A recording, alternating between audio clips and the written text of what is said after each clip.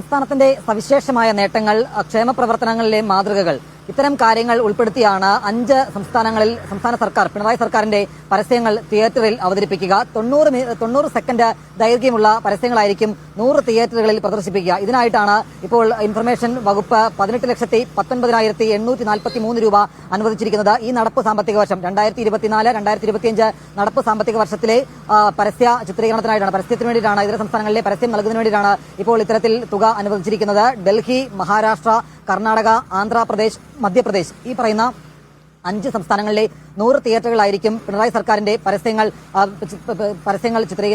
നൽകുക. ഈ ഒരു സമയത്ത് തന്നെ ഈ 18 ലക്ഷം രൂപ കൊടുത്ത് ഈ പരസ്യമൊക്കെ ചെയ്യേണ്ട കാര്യമുണ്ടോ എന്നാണ് എന്റെ ഒരു ചോദ്യം. പിന്നെ ഈ 18 ലക്ഷം രൂപ ഒക്കെ മുടക്കി പരസ്യം ചെയ്യുന്നതിന്റെ ഉദ്ദേശം എന്താണെന്നും എനിക്ക് മനസ്സിലായില്ല. പിന്നെ സർക്കാർ ചെയ്യുന്ന കാര്യങ്ങളൊക്കെ പരസ്യം ചെയ്യേണ്ട കാര്യം എന്താണ്?